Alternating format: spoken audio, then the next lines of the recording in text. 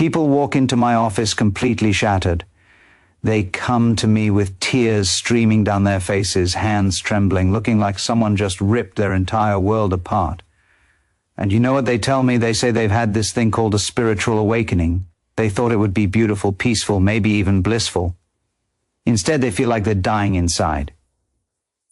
Everything I knew is gone, they whisper. My marriage doesn't make sense anymore. My job feels like a cruel joke. The dreams I chased for decades just vanished into thin air. Even worse, when I look in the mirror, I don't recognize the person staring back at me. I thought waking up spiritually would make me whole, make me better, make me complete. But instead, I'm crumbling. I'm breaking into a million pieces. I feel more lost now than I ever did before. And I sit there across from them and I don't tell them they're wrong. I don't say they're confused or misunderstanding something, because what they're experiencing is brutally real. Waking up spiritually absolutely does feel like everything you ever knew is being ripped away from you. But here's the wild truth that most people can't see when they're in the middle of this storm. It feels like you're losing everything because you actually are losing everything. But stay with me here, because what you're losing isn't real. You're losing everything fake, everything borrowed, everything that was never actually yours from the very beginning. The terror racing through your veins right now isn't coming from real loss. It's coming from the shocking realization that the solid ground you thought you were standing on your entire life was nothing more than smoke and mirrors. It was always just a fantasy you bought into. Let me break this down for you. From the second you took your first breath in this world, people started building an identity for you. Your mom and dad slapped a name on you. School told you what role to play. Your neighborhood, your culture, your religion. They all handed you a neat little package of beliefs, rules, and expectations. And bit by bit, year after year, you built this thing called me. This version of you had likes and dislikes, memories and fears, big plans for tomorrow. It came with a whole backstory, where you came from, what shaped you, where you thought you were heading. And you grabbed onto this constructed version of yourself so tightly, so completely, that you totally forgot it was fake. You started believing this was the real you, the solid, permanent, never-changing core of who you are. Everything you did after that, every choice you made, every person you got close to, it was all about protecting this fake version of you, keeping it safe, making it look good. Now here's where things get intense.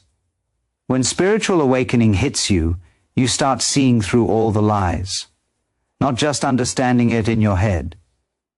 Anyone can sit around and think about how the ego is made up. That's easy.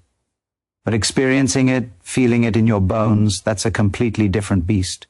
You suddenly recognize in a way that shakes you to your core that this thing you've been calling I, this thing you've been defending and promoting your whole life, is nothing but a bunch of random thoughts, old memories and passing feelings loosely tied together by habit and stories you keep telling yourself.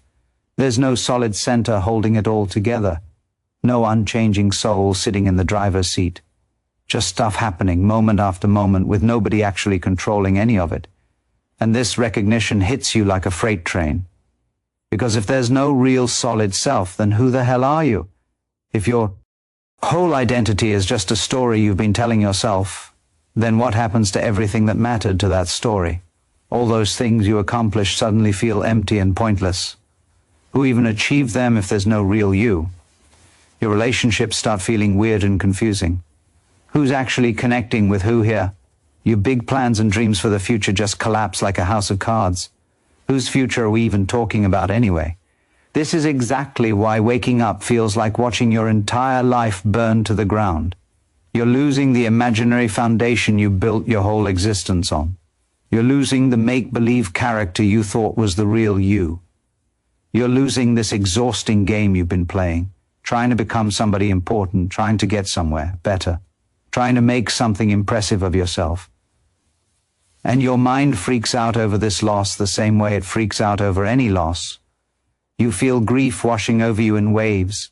Fear grips your throat. You desperately try to grab back what's slipping away.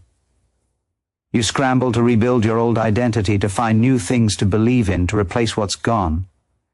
You try to stuff the emptiness with spiritual ideas, new practices, fresh goals.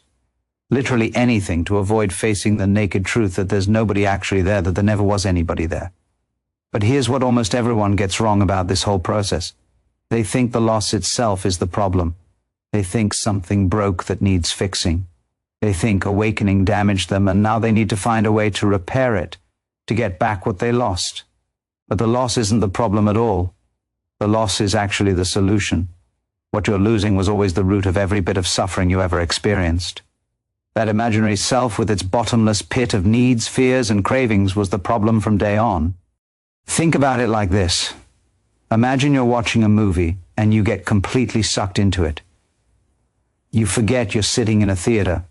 You start identifying with the main characters so deeply that when danger comes for them, your heart pounds in your chest.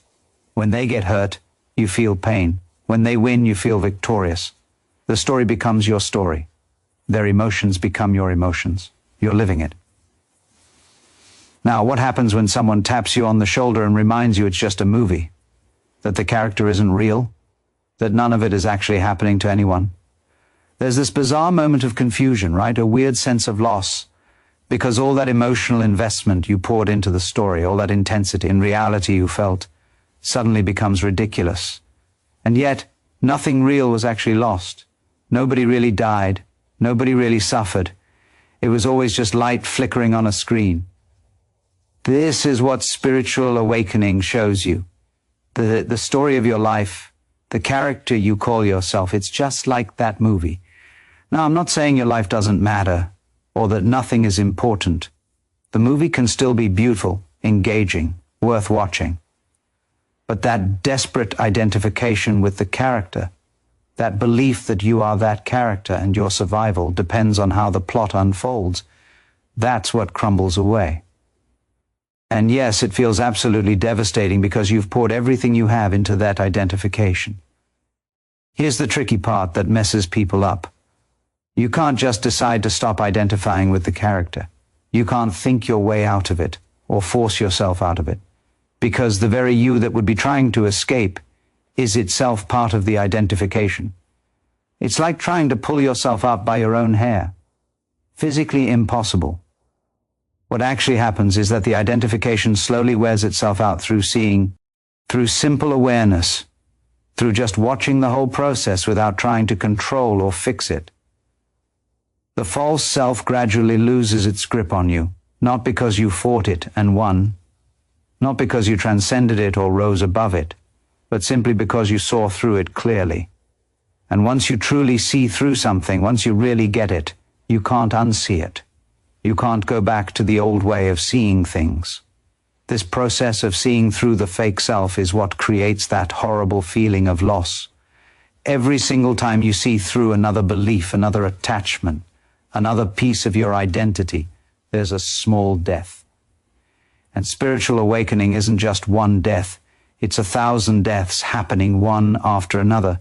The death of who you thought you were, the death of what you thought life was supposed to look like, the death of your certainty, your safety, your solid ground beneath your feet. People love to talk about spiritual awakening like it's this one big dramatic moment, this lightning bolt of enlightenment that hits you and suddenly everything becomes crystal clear and permanently settled. But that's almost never how it actually works in real life. Usually it's more like a slow dissolving process. Things that seemed incredibly important gradually stop mattering so much. Relationships that were built on your fake identity naturally drift away or transform into something unrecognizable. Goals you were chasing that were really just attempts to prove you were good enough become obviously absurd. The entire structure of your life, built on the shaky foundation of a fictional self, starts falling apart piece by piece. And this falling apart is absolutely terrifying because you have no idea what, if anything, will grow in its place. You're stuck in this state of not knowing. And the human mind absolutely hates not knowing. We crave certainty like oxygen. We and solid ground under our feet. We want to know exactly who we are and exactly where we're headed. But awakening rips all of that security away from you. The old mystics gave this phase a name. They called it the dark night of the soul. And let me tell you, it truly is dark. Don't let anyone sugarcoat this for you. You feel completely lost, totally abandoned, utterly meaningless. Everything you used to lean on for identity and purpose has been exposed as hollow, and you haven't yet found what lies on the other side of that hollowness. You're floating in the void, stuck in the gap between what was false and what's true. A lot of people, when they hit this point, they turn around and run back. They can't handle the void, so they quickly build a new identity, usually a spiritual one this time. They become the awakened person, the deep seeker, the enlightened guru. But this is just the same old ego wearing a fancy new outfit. It's the identical game of separation and self-improvement, just dressed up with different words and different props. The real journey through this dark night demands something that most people find almost unbearable. You have to do absolutely nothing. Stop trying to fix yourself. Stop trying to build a new identity. Stop trying to fill the void with something, anything. You just have to be with the loss, sit with the emptiness, rest in the not knowing, and allow it to be exactly as it is without racing to solve it or run from it. And here's the mind-blowing thing that happens when you can simply sit with the loss without trying to make it better. You start discovering that the emptiness isn't actually empty. The void isn't really vacant. In fact, what you thought was loss turns out to be an opening. What you thought was death turns out to be birth. You see, when the fake self melts away, what's left isn't nothing. What's left is absolutely everything.